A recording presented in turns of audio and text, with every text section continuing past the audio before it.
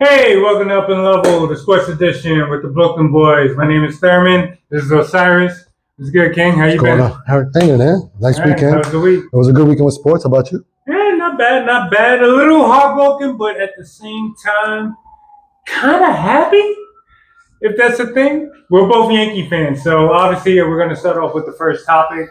Juan Soto signed a record-breaking deal with the New York Mets. 15 years at $765 million. Like, it's so unfathomable. It's the highest contract in sports history, The Thurman. highest in all of sports. As a Yankee fan, what's your opinion? Thurman, I have different opinion as far as how I look at this. First of all, I want to congratulate Juan Soto for this big contract. As a fellow Dominican, when you go from pesos to dollars like this, it's generational money. So once again, congratulations to Juan Soto.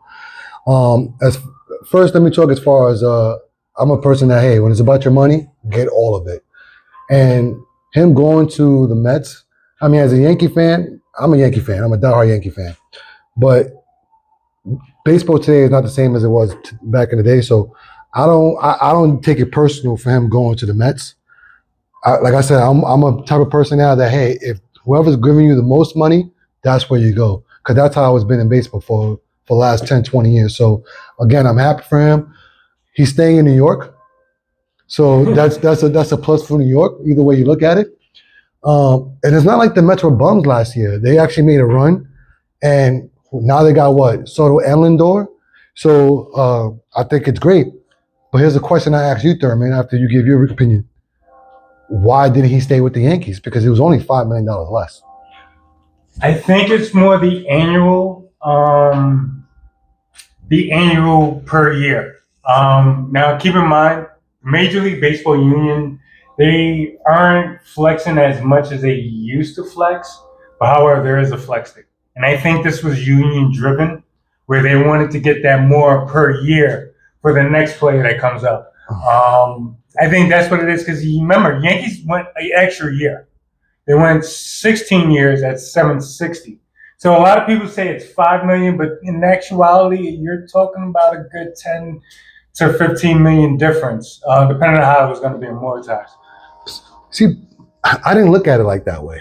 I looked at it more like, why you don't want to sign back with the Yankees? I think it was more the union that was driving that. Now, the union? Well, here's the thing, right? I understand if it was like a $20, $30 million difference. It's only five. That's one. Two, you don't want to play with Aaron Judge? Now that's the question I ask. Is because why you don't want to play with them? Like Aaron Judge and the Yankees, you pick the Mets over him and them. So that's what's like my question I ask. Because it's like it's only $5 million. So it's got to be for a little bit more personal reason why you picked the Mets over the Yankees. So I think I can answer. I think I can answer that for you, believe it or not. Now, first of all, I want to say on the record as a Yankee fan, I think this was the best move that the Yankees did, where they were appeared to be part of it and then just lost out. And honestly, yes, it hurts to be losing to your little baby brother, the Mets. But at the same time, like, think of it this way: Yankees could spend that money a lot more different. Get more better defensive fundamentally. I get it. We're not getting the box office that Juan Soto brings. I get it.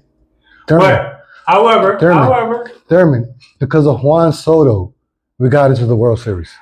I And you don't. get that. And however, in the World Series, we were exposed for our fundamental defense, and that we have to address. We do have to address, and I think by adding Juan Soto, you're not going to be able to address it as best as you possibly can. That being said, excuse me, but the Mets. Let's go back to the Mets. The Mets, Juan Soto. Why Juan Soto? Well, you're getting offered $765 million. The Mets would be advertising to me too. But two, also think of it this way: Francisco Lindor is a connection there. There's a lot of when I was throughout this whole process, there was two teams that scared me, and one of them was less and less as the process was going on, as the weeks were going. Boston and the Mets. Boston, why? Because they have a knack to get every good Dominican player that I know that's on the free agent market, because there's a market where Dominicans, they love to play for Boston.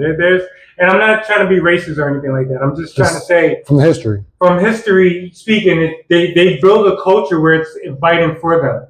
The Mets have done the same thing from the Omar Minaya days, back in the days. And they kind of kept that kind of same formula throughout the years. And if you ask Francisco Lindor, who's also signed one of those long 10-year contracts. Thurman, the Mets won this. They won this because they got Juan Soto, period. Forget about the money. Forget about, when you look at a player like Juan Soto, forget about the money. The Mets won. That's like you're signing a prime LeBron James. That's like you're signing a prime Michael Jordan. That's like you're signing a prime Kobe Bryant. And the Yankees did not get that. The Mets won. And they got Juan Soto. So, man, who else did they get? Lindor. Okay, I understand they got the play, but they got hamstrings though. I know Cohen is like the richest owner in sports. How many teams are in MLB? 30, 32? 32. All 32 teams wanted one person. And the one team that got him is the one team that won. And that one team that won is now the number one team to go to the World Series. Yes, do you feel that they? Of course. Yes, the Dodgers are still out there. Yes, the Braves are still out there. Yes, the Padres are out there. But now Juan Soto didn't just go to any team. He went to the team that's already stacked, just like him staying with the Yankees. But now that Juan Soto's on the Mets, they're going to the World Series. Are you going to tell me no? I think we're forgetting the formula of what gets you to the World Series. And remember, the Mets lost 2 starting pitchers. We just saw it. And look what Mets happened. Mets lost 2 starting pitchers to free agency. They lost Severino and they lost Minaya. But I'm saying, Juan Soto. I get it. If you took the Yankees to the World Series. For you to get a generational talent at the age of 26, get him. This is not me bashing the Mets. No, it's not. But I'm not saying the Mets won. any of that. No, the Mets won. They There's won. no argument. There's no bashing with them. They won. There's no argument. They got the Michael Jordan. Forget about the money. They got the Michael Jordan. That's my concern, and why the Yankees did not get Michael Jordan. Why Michael Jordan of today's baseball does not want to play with Aaron Judge and the Yankees. And right now, as a Yankee fan, if the players are right now between the two players, Juan Soto and Aaron Judge, who would you want at the plate to get that? If I need one hit to win this World Series. Based on history, I'm going to pick Juan Soto. I'll give you that. Okay. That's my argument. Well, I mean, I get it, but we've seen it. I get it. I get it. As a Yankee fan, I just say don't be so butthurt. Well, another question now about this. Now, talk about the contract. You brought up 15 years, $765 million, which makes Juan Soto the biggest paid athlete in the world right now. Do you think that now other sports just look at that contract and say, our players in our league is underpaid? Or do you feel that this is an outlier? Do you feel this is only a Major League Baseball thing? How do you feel about this big, massive contract that's given to this one baseball player? In professional sports, you're as big as your union is as strong as you are. Major League Baseball, they can always hang their hats that what's the hardest thing to do in sports is to hit a baseball. To hit a round bat against a round ball and hear it square. Well, a stick in the ball. Yeah, not a round bat. It's like a stick. Yeah. You know what I'm saying? A circular object. Going at 100 miles per hour at that too. Exactly. So the hardest thing to do is hit a baseball. So MLB can always run that excuse. However, I always say the most underpaid sport, and it's just in terms of violence, in terms of the sacrifice that they go through in the sport. The injuries. It's football. It's more the injuries inside. Because they sacrifice anyway, but it's more the injuries as well. Most of the NFL players' contracts are half not guaranteed. None of them are guaranteed. None of them are true guaranteed. Unless you're a quarterback. Well, I'm going to say, I want to say not much your money, much more of your contract. Because today it could be like, I can cut you today. Yeah. As an owner and as a team, be like, sorry, this didn't work out. I need to waive you today. Other than like in baseball and prime example, Danny Dimes, Daniel Jones. They were so worried about paying them the extra $40 million. It was like 23. It was like 23. $23 million, and they were like, you know what? No, don't get hurt. Just cut you up. We're gonna sit you. And then he was like, why am I just sitting on the bench? All right, so we'll cut you. And boom, he got cut. So football, I always feel, is the most underrated. Now, do baseball players earn their dollars? Yes, but again, it's as strong as your union. The NFL, they cave. And your labor talks, they cave. They're quick to cave, and the owners know that. Much more than union, but also the revenue of Major League Baseball, the local TV revenue they get from each team. It's not like basketball and baseball. A lot of people forget there is billions of dollars in baseball. So that's why you see these big contracts. The ratings are not there. The ratings are not there nationally, but locally, market-wise. I tell you one thing: to every person who's becoming a parent, who's planning to have kids, if you want your child to make money, get them a stick and a ball, because clearly that's where the money's at. That's where the money's at. So, yeah, it sucks to see a baseball player make this amount of money, because for one sport like football is very violent. I understand you bring up the just hitting the ball, but at the same time, when they play defense, what are they doing? The only time you're in action is if the ball comes to you. Yeah. Other than that, you're just out there as being a spectator. So that's why. And two, I'm going to say that as much as, like I said, I love that Juan Soto got this contract, I'm going to say also it hurts the sport. Not just, I heard say it hurts baseball itself, because it's to me, it's like I get it, get your money. But I just think it's the contract that are given, 15 years. Like, if you want teams that will be competitive, I would, why not max 5 years, so or maybe 7 years? The MLB should take more of an NBA approach, where when it comes to like max contracts and because I understand that baseball, MLB, their contracts and union is different than on the other teams and those sports in the world. But still, it's like if Major League Baseball needs to change, I think starting with something like this you have to you want to make your league competitive. So yeah, you want loyalty to these teams. Like, you want your these players to be loyal to a team, but then also give them the ability to say, hey, you know what? After 7 years, this didn't work out here, or I'm not happy here. I can move on. When you lock a player up for this long, it's like you just remove the competitiveness to say, okay, that's it. Juan Soto's a Met for basically the rest of his life, if you think about it. But I think it's only up to 5, even though it's 15 years, but it's 5 years. 5 years, he can opt out. He can opt out. But which the Yankees wasn't giving him. So I guess that's where it's at. I think that was the caveat, was I can opt out after 5 years. But still, it's just that from a competitive standpoint, like, listen, I want the guys to be loyal, but at the same time, it's like, but why can other teams be great when you have great players like this? Because Yankees is great anyway. They got Aaron Judge. Like, yeah, we would love Juan Soto. Yeah, we would love all the best players, because that's what money buys. Yeah. But I think, honestly, the issue, and be real quick with it, but you think the issue is not the fact. The years, yes. I think there should be a max on years. The dollar amount, I don't get your money. But what really hurts baseball is the floor. There's no floor.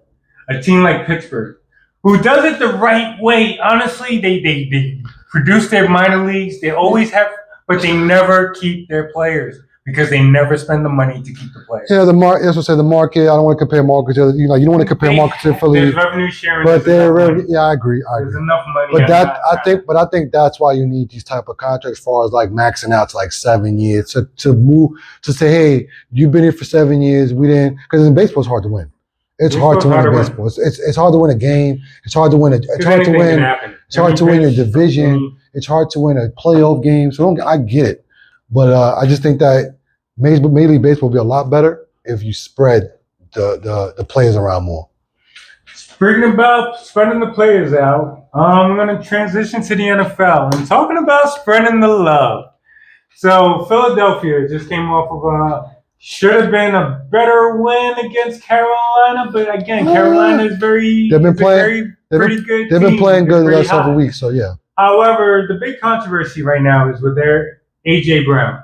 and Justin Fields. After the win that they had, AJ goes to the reporters and was asked the question, what could be better with the offense? And it's like the passing game could be better. With the passing game, you're kind of throwing shots at Jalen Hurts. And you're also throwing shots at Saquon Barkley, who's on pace for a record-setting. I don't think it was more towards. I don't think it was beef with Saquon, because Saquon's name was really never brought up. But in order for you not to pass, you got to run.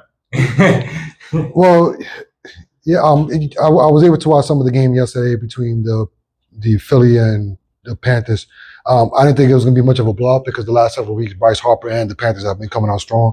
They've been looking like a legit NFL team. They really have. So, but yesterday the Philadelphia passing game was struggling. They didn't, to me, I felt like it was one of those days that your offense just didn't have it. Yeah, they won the game. It was ugly. But it was just, what happened was that A.J. Brown's number did not get called to like the third quarter. And my question to you is more about the Philadelphia Eagles is right now looked at as a contender, a team that could possibly win it all. My question is to you is, if you're on a team that's right now, people are picking to win, is your stats more important? Because to me, his no, it's all about ego. His ego was more about ego. Yeah, I'm not getting my stats. I'm not getting my because I understand wide receivers, they get a bad rep. I mean, you know what? Some of them do get the diva attitude behavior that give me the ball or nothing.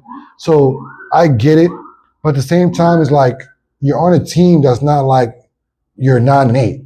You're on a team that you're poised to win the whole thing. So what's more important, your stats, your ego, or winning? Or winning a championship? Like, what's more important? So that's why I got out of that. Wide receivers are the biggest divas in sports because they always want the ball. And half of them should get the ball all the time, but that's either here or there. This is all just a big distraction for a team that you would think, after what you went through in the beginning of the year with your head coach and what you went through last year and with that collapse, that you were trying to avoid all distractions as possible. But again, we don't know the inner workings of this. And honestly, I'm not trying to speculate because I honestly feel like there's some clause in there that if he doesn't get enough touches, enough catches, that bonus doesn't kick in. Well, FYI, there was a teammate that went on a podcast. I think it was Brandon Graham. Yeah. He was on a podcast yesterday, and he actually blew up their spot, saying that they're no longer friends anymore. So it was like, now this news is coming out. And again, so he had to come out this morning. It's a bad trickle effect. He had to come out this morning and say, hey, I apologize for giving out something I was not supposed to give out, because he said things he shouldn't have said on that podcast yesterday. So it is a bad trickle effect. To answer your question, not answer your question, but to answer your speculation, yes, there is some friction right now going on. And that's what's disappointing, because you're a team that's right now, you're right now handpicked as one of the teams to win the whole thing. And you guys are balling. You guys got Saquon Barkley. You're balling with him. And here it is in week 14. Even though you just won yesterday's game, it was a disappointing loss to you guys because of the passing game. And my disappointment to A.J. Brown is, bro, I get it. Your catches equal your money. I get it. Well, right now you're on a team that's poised to win the whole thing. So what's more important? Your stats or being on a team that's heading to the Super Bowl, that possibly can get to the Super Bowl? So if I was you, A.J. Brown, money's money, I get it. But sometimes when you're on that team that can win the whole thing, sometimes that can come a long way of winning the Super Bowl than getting tomorrow's paycheck. So A.J. Brown, you're a superstar team, you're a superstar player, and I know you could be an excellent teammate, but let's worry about winning first. Once you win the championship, if you win the Super Bowl, then you guys can go in the back of the locker room and do what you got to do. But pound it out. But right now, with y'all winning football games, let's worry about winning football games and worry about more W's than his stats. And you know what team, not to switch the order around a little bit, but you know what team you don't hear this from? The Chiefs. Who is finding a way to win these games. 19-17 over the Chargers. This game was, I knew the Chargers were going to come on strong because they've been winning the last couple games and they've been coming on healthy. But this time the Chiefs won Patrick Mahomes marched his team up the field, and they run the clock out on that field goal, and Agility won the game. Still, Thurman, I'm still going to lean on, if you ask me, between the Chiefs three-peating and the field, I'm still going to pick the field. Yes, I know the Chiefs are winning game. Yes, you can say the Chiefs are winning because they have the experience to win. Like, they can give them, it doesn't matter what it is, a blowout, a team that, if they're like, if it comes down to the last play, as long as Patrick Mahomes get that ball, you know they're going to win. But I just think that come playoff time, you would not be playing these type of teams. You would be playing playoff teams. Last time I saw you play a legit playoff team, you got blown out, and that was the Buffalo Bills. Come playoff time, there are a couple of Buffalo Bills in the playoffs.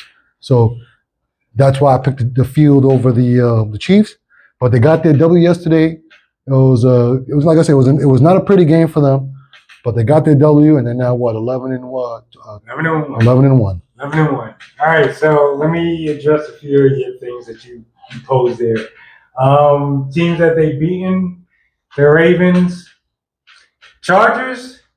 Don't discredit them. They are a playoff team. Don't leave but I'm saying but when you say they beat maybe when you say the teams they beat, don't leave the content out. Like, yeah, they won, but if it wasn't for that, there's just a lot of fun there.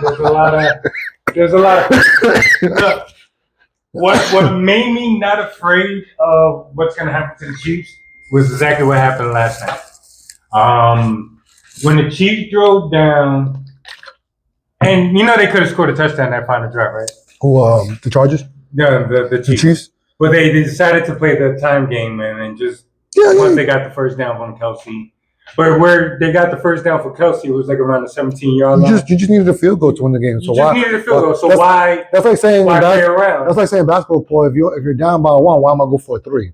I'm gonna go for the mid jump shoot. Jump. Yeah. So that's what they do. It's like so they played it smartly. Yeah, but so at the same time, like a lot of people were like, "Hey, why didn't you go for?" No, they played the right move, and they did it right. But just the fact that they were able to go down the field.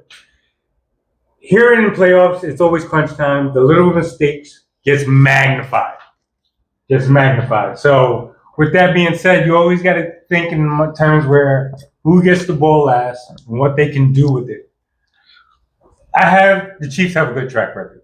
Now, am I concerned about the defense? Not as much as I was, let's say, 3 weeks ago. Although they're playing bad, they're playing that bending but not break philosophy. What I'm really scared about is that offensive line. You want to hear something crazy? I just think the Chiefs are going to exit first round of this year's playoffs. Well, thank God they got the bye coming up because they ain't going to be in the first round. They won the division, so they're winning the conference. They're 11 and 1. And then with Buffalo losing, they're not going to get the number 1 seed. They're number 1 conference, so they get the bye. I'm sorry, Buffalo. You're right. So speaking about first round upsets and what's going on, Buffalo. That was with the Rams. That was a shootout yesterday. That was a shootout. 44-42, which is the highest scored game this season so by far. It was a great game. I watched that from front to back. I actually I was like off the edge of my seat with that game because it was just one touchdown by the Rams, touchdown by the Bills, touchdown by the Rams, touchdown by the Bills. I mean, it was so good that Josh Allen threw 6 touchdowns and no interceptions. Even though they lost, he's still in the MVP race because how great of Did you lock it? Huh? It depends on Saquon Barkley. If Saquon Barkley breaks that record, I'm going to have to lean more towards I'm not going to say a lock yet because we still got 3 more games to play. 3 or 4, yeah. I think it's week 15 coming up now. So you got 3. You got 3 more games coming up, and I still believe he'll break that record. And if he breaks that record, I'm going to lean more towards Saquon. That's why I say I don't think it's a lock. Can Josh Allen win the MVP? I won't be surprised. But to say the lock, not yet. I'm not saying I don't think nobody's leaning to a lock yet. So in order for Saquon to pass the milestone, he needs to average 120 yards a game for the next 3 games. While Cyrus is trying to pull up that information, I think it's doable. Is it going to be enough for Saquon to win the MVP? It's still debatable. if Josh Allen does one or two more games like that game against the Rams, I don't think with anything that Saquon does, I don't think they have a tough schedule I coming up. don't. I think it's very favorable. But the thing, like I said, I think if Josh Allen gives you two more games, it doesn't have to be 6 touchdowns, 0 interceptions. Something like 4 touchdowns, 0 interceptions, 3 touchdowns, 0 interceptions, and then the wins. They got to get the wins because again, to me, I always feel like the lost purpose of the MVP award is valuable. Who's more valuable to the team? So both. Oh, so I'm sorry. Oh yeah. Ooh. You know who the Bills play next on week 15? Go. That's gonna be a good game. He wins that game. Woo! He's the MVP. Lock. So He's it's an MVP week lock. 15 is the Buffalo No matter Bills what, versus the Saquon. Detroit Lions. So real quick, if I ask you who as a prediction, because we're talking about the MVP, you're predicting that the Buffalo Bills will beat the Detroit at Detroit. You think the Detroit Lions will lose against the Buffalo Bills? I'm picking Detroit. I'm picking Detroit too. So that's why. However, so that's why I MVP think is not Josh locked. Allen. I think Josh Allen will give another performance like he did. Yeah, but if he loses, they'll be 10. They'll be 10-4. So I know it kind of kills my argument about valuable player, but I'm telling you, this is where I'm thinking. I'm not thinking this the way I would vote. You know, like I said, does he still lead? Yes. Is it a lock? No. Now, is it lock? Fair enough. Is a lock if he does almost what he does like he did yesterday, but then beat the Lions. Because he's not just – it's one thing to get 6 touchdowns and you're doing it against the Jaguars. Yeah. But if you're doing it against a team that right now everybody considers that most likely will win this year's Super Bowl, if you do it against that team, then I could say it's a lock. Beat this team. The Lions? The Lions. We'll see. Let us know who you think is going to win. Write it down in the comments. Who do you got? You got Buffalo or you got Detroit? Detroit is a home team right now, and they're looking like they're the favorites. 4:30 game, so it's an afternoon game. 4:30. The fact that Buffalo got to travel to Detroit, it's an in game. And it's gonna be on CBS. Ooh, Romo. Lions offense against that Bills defense. I'm gonna favor the Lions offense. And on that note, we're just gonna transition into our next fury of topics, which honestly. This young man right next to me has a very strong opinion, and honestly, I'm ready to just pose a question to him and let him go.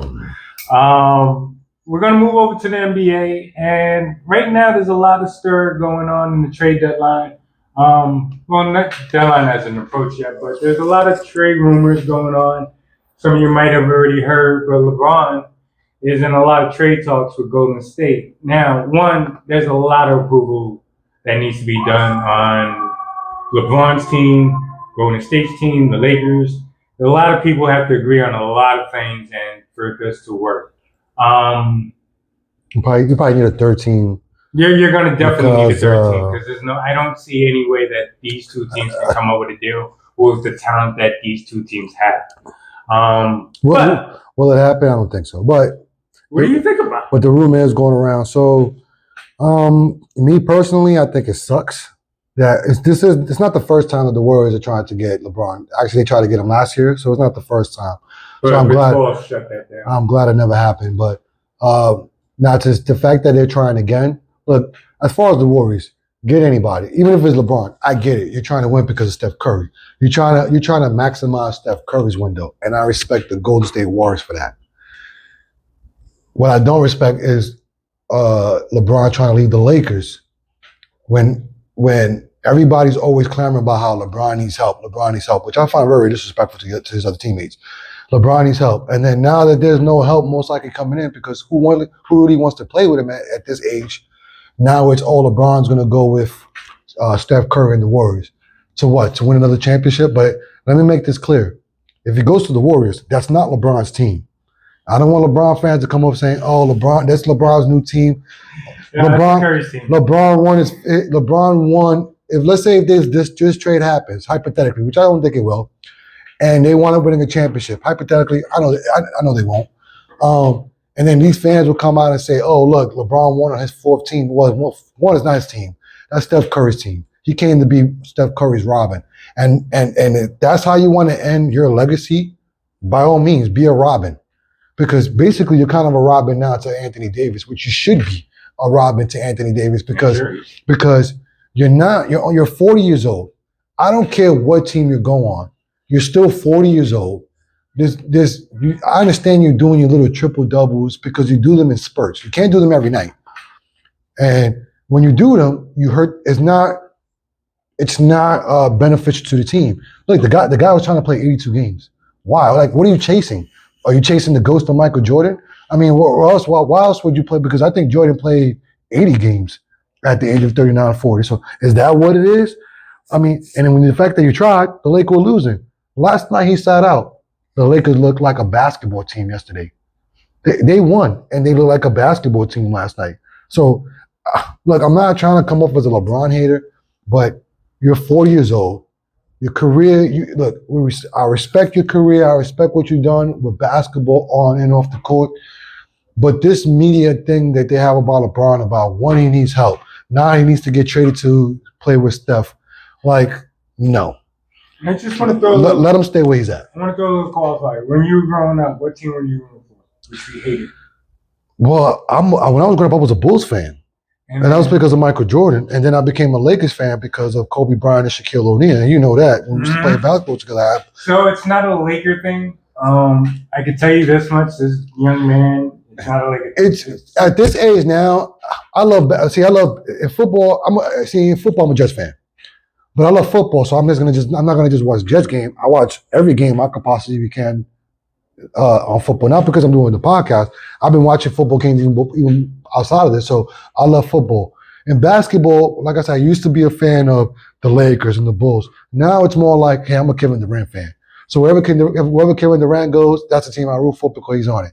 But that doesn't mean I don't root for the Warriors. I like the Warriors. I'm rooting for the Knicks because of God rest his soul, Chubbs.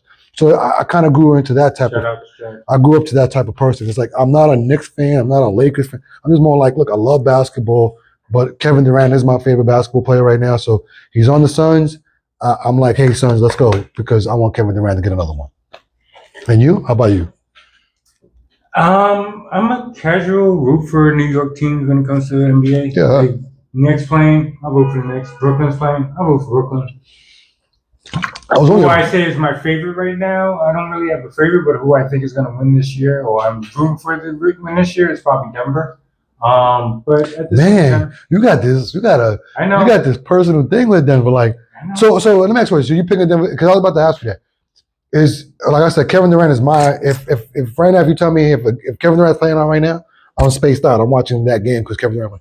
So do you watch Denver because of Jokic or Murray? What is it about Denver? Or is Jokic your favorite basketball player? It's not really Jokic is my favorite basketball player because believe it or not, Kevin Durant's my favorite basketball player. Okay, so that's why I'm. So then why Denver? What's this thing with Denver then? I love their style of play. It's kind of European style, which is kind of. It looked like it looked like an updated San Antonio Spurs. It really does. It really is. Like that. I mean, but the older I got, the more I appreciated the Spurs. Yeah, that fundamental. And then when you work on your fundamentals and you get your fundamentals down, that's where you can do the trick stuff. And then and it's fundamental first, tricks later. You know what I'm saying? And I always appreciate that with that. But with that being said, we got the NBA Cup and we're in the quarterfinals. We got 4 teams. We got the Magic versus the Bucks that's playing tonight. When we're recording this podcast, we've also got the Mavs and the Thunder. Tomorrow on Wednesday, we got the Hawks versus the Knicks. And then we got the Warriors versus the Rockets. You mean Friday? Well, because it's the NBA. Because the NBA Cup is not on Wednesdays. Yeah, because of the quarterfinals, they changed it. Oh, for the quarterfinals. Okay, my bad. I'm sorry.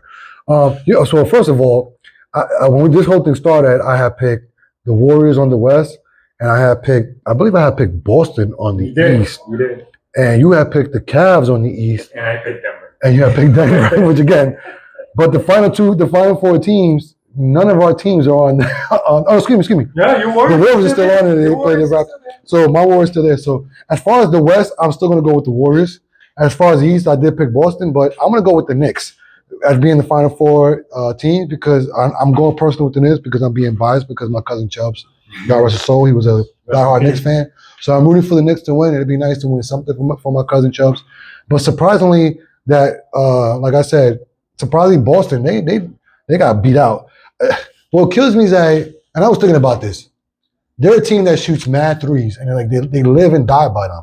And I thought that, you know what, they had something to prove with the Olympics. They had something to prove as far as being a legit NBA champion. I thought it was a revenge tour, but no, it was like they're playing one of those teams. It's like you're not going to win an NBA championship this season. Like you're not. You don't look like to me that dominant. They're like hungry. Yes. They're not hungry. They can talk all they want to talk about. Yes. Hungry, but they're not playing as. It's like they look like they have like a little hangover. Yeah. So that's my disappointment as far as them not being in the season tournament. I'm not a Boston fan, but I just thought that like the storyline of it, like you got people talk about Tatum in the Olympics and how Jalen Brown didn't go in either because of Nike, and then people was like, did you legit beat anybody in the playoffs? Did you? So I just thought they would come out and be like, yeah, we're all that team, and win. Let's destroy everybody and win the cup. But win one for the keeper. In fact, it turned totally opposite. So I'm real disappointed on that. But same time, I'm happy that the Knicks are in it. And like I said, I picked the Warriors. So I'm still going to go with the Warriors because I just think that they have something to prove. Yeah, I think it's a lot tougher now than when it started because as of last night, going into tomorrow night, they'll probably be on their 14th to 15th starting lineup. So they're not consistent too much as lineups. But I still have, I'm going to say the Knicks because they're the one that's right now, I think out of all the teams are balling. And I think that they have the hungerness to win this tournament. Knicks are balling. Knicks, I do give them a slight edge. And honestly, now that Denver's out, I really want them to make it all the way. It'd be nice for New York. Which team from the West you said? You said Dallas? No, well, from the West, honestly, because you still got OKC. I think the Mavs. The Mavs can do something. This is a long shot. I know I'm horrible at long shots, but I think. But against the Thunder, that's not going to be easy neither. It's not an easy task. But name one thing in this cup is going to be an easy task. I won't be surprised if the Thunder come out of it for the West.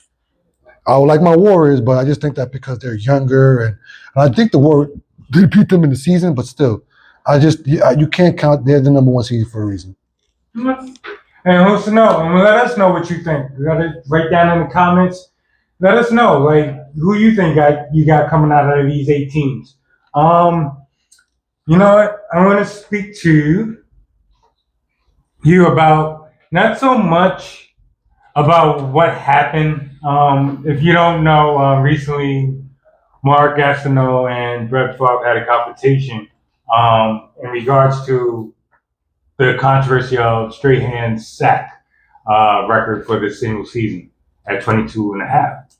Now, it's pretty obvious Brett Favre took a dive and let Strahan have that final sack. Now, to me, I feel Mark Gastineau has a lot of beef, justified, but at the same time, it was years ago. We're still talking about you, Mark Gastineau, so that's also a plus. But with the upcoming 30 for 30, sorry, the upcoming 30 for 30 about the famous stock exchange of the New York Jets in the 80s, which was a very dominating line. It did bring up a question that we had during pre-meeting. And it's not so much about the sack, but Mark Gastineau feels like he's slighted because this is what cost him from getting into the Hall of Fame. And this little thing this little stat is the reason why he's not. There's been tons of Hall of Fame snubs throughout the sports. Pete Rose, we're automatically going to say is the number one snub. Agree or disagree? I think so. I think he's one of the top. I mean, if you want to take all the sports. In all the sports. And let's focus on all the sports and make this pretty broad. Like, besides Pete Rose, name me a snub from the Hall of Fame. Barry Bonds. I mean, in a heartbeat. I mean, that's if you're going to say Pete Rose, you could say Pete Rose 1A and Barry Bonds 1B, or you could put them the other way around.